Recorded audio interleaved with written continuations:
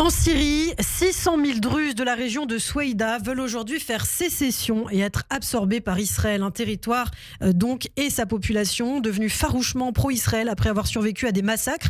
Les membres de ce peuple druze qu'on retrouve souvent d'ailleurs combattants d'élite en Israël au sein de Tsahal et d'une loyauté absolue, brisent tous les tabous allant jusqu'à brandir des drapeaux israéliens en pleine Syrie. Un projet d'intégration historique qui est aujourd'hui soutenu par de grands experts du renseignement. Et pour porter ce projet et rassembler finalement les peuples, il fallait un visage. Et c'est celui de Nervana Taleb Graba. Elle a 22 ans. Elle est druze, syrienne. Elle a parcouru le monde en tant que réfugiée. Et elle est aujourd'hui finalement devenue la voix de son peuple et gagne à être connue. Elle est avec nous en direct sur Radio J. Bonjour Nervana. Bonjour. Merci d'avoir... pour l'invitation. Je l'apprécie tellement. Merci à vous d'avoir accepté cette invitation. C'est important et intéressant aussi de vous entendre. Vous êtes originaire du mont Bachen en Syrie. Souaïda, c'est son nom biblique. Est-ce que vous pouvez nous raconter un petit peu votre histoire, le jour où tout a basculé finalement pour vous, le déclic, l'événement, le moment qui a fait que vous avez voulu fuir votre pays? En fait, je suis partie la Syrie en 2023 à cause de la guerre. Et en ce moment, la situation est très mauvaise, comme vous savez. Après l'attaque de la gouvernement syrien en Jabal Bashan, Oui. La situation est trop mauvaise en ce moment. Oui.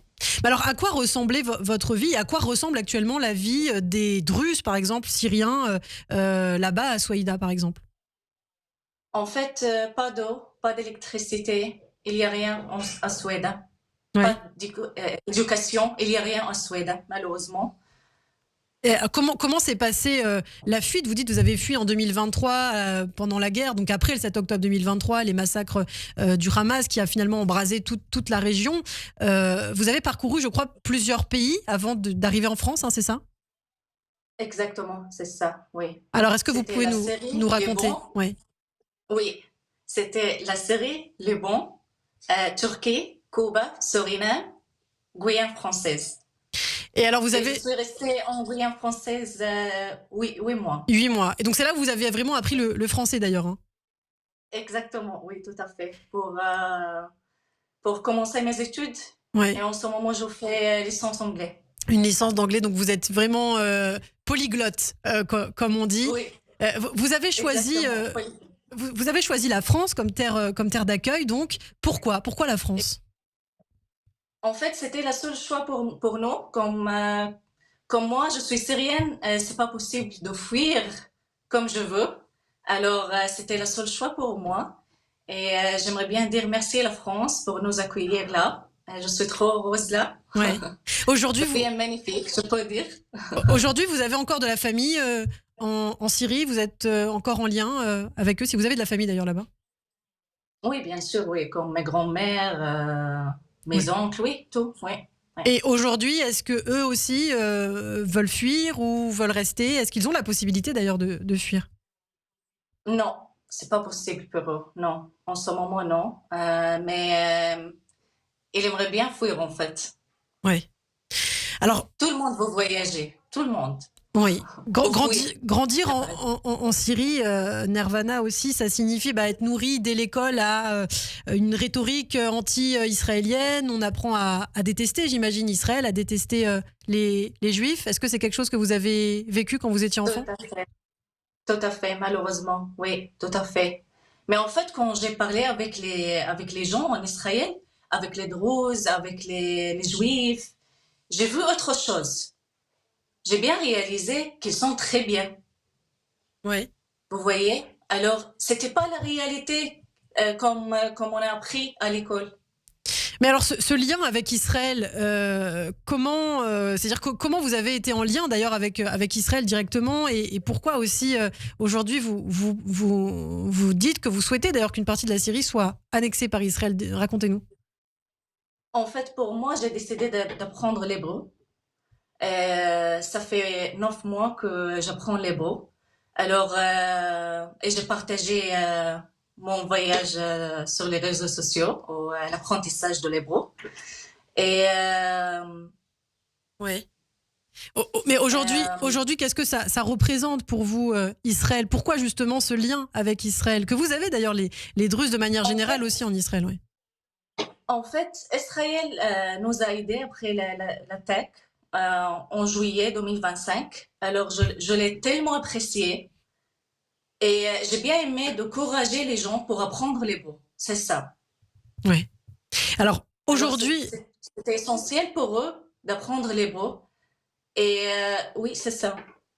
Aujourd'hui, on l'a dit en introduction, il y a des personnalités comme le docteur Keïdar, comme Jonathan Pollard, qui soutiennent l'idée d'absorber la montagne druze, hein, dont vous êtes originaire, hein, Nirvana.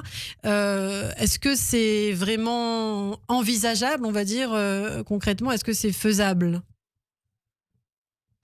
Vous voulez dire quoi? C'est-à-dire, est-ce que c'est vraiment possible un jour que Israël veuille même pouvoir annexer cette partie du monde? Ah oui, on souhaite partir du monde. Ouais. Est-ce que c'est un... En fait, on souhaite d'être avec Israël pour nous. Comme de Rose, de Suède, Ouais. on a bien aimé d'être avec Israël. Donc vous souhaitez On souhaite un jour, ouais, que la partie du monde, que cette à cause de partie-là, ça, ouais. j'apprends l'hébreu et j'aimerais bien encourager les gens d'apprendre l'hébreu. Ouais. Mais alors ça veut dire que Ouais, Souaïda, donc la ville de laquelle vous êtes originaire, vous souhaitez qu'elle soit sous souveraineté israélienne, pour bien comprendre, hein. exactement, tout à fait. Oui, un Et jour, j'espère. ouais. Qu'est-ce que vous répondez aux Israéliens, par exemple, qui craignent que l'intégration, parce que je crois qu'il y a 600 000 Syriens, hein, c'est ça là-bas. Euh, qu'est-ce que vous leur Où? dites à Souaïda? Il y a 600 000 Druzes syriens qui vivent là-bas, ou c'est la Oui, c'est totalité ça, de la oui. Syrie? Oui. Oui, c'est 100 000, oui. Mais alors, qu'est-ce que vous dites aux Israéliens qui craignent justement l'intégration, l'absorption de cette population en Israël? J'aimerais bien dire merci à vous. Ouais. Sans les deux roses d'Israël, il n'y a pas Suède aujourd'hui.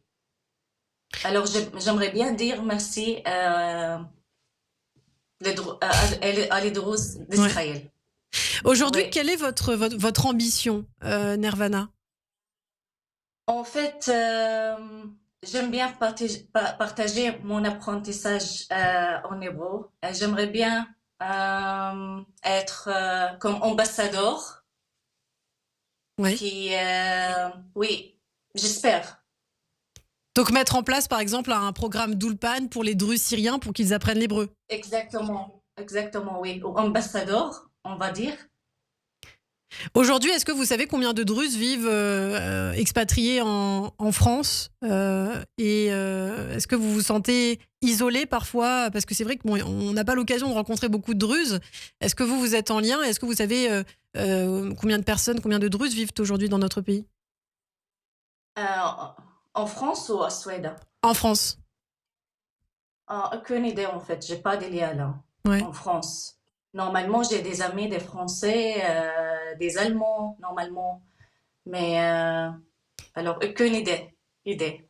Parce que les Druzes vivent, enfin en tout cas les Druzes qui ont pu fuir la Syrie vivent, je crois, donc en Israël, en France, et puis il y a aussi une partie qui vit aux Émirats Arabes Unis, il me semble, c'est ça? Non, normalement en France. Ils Ouais. vivent en France, comme moi, oui. Les Et, Druzes. et vous vous sentez isolé parfois? Vous pouvez aller à la rencontre de Druzes? Non, pas du tout. Non. Je me sens pas isolée, non. Ça va.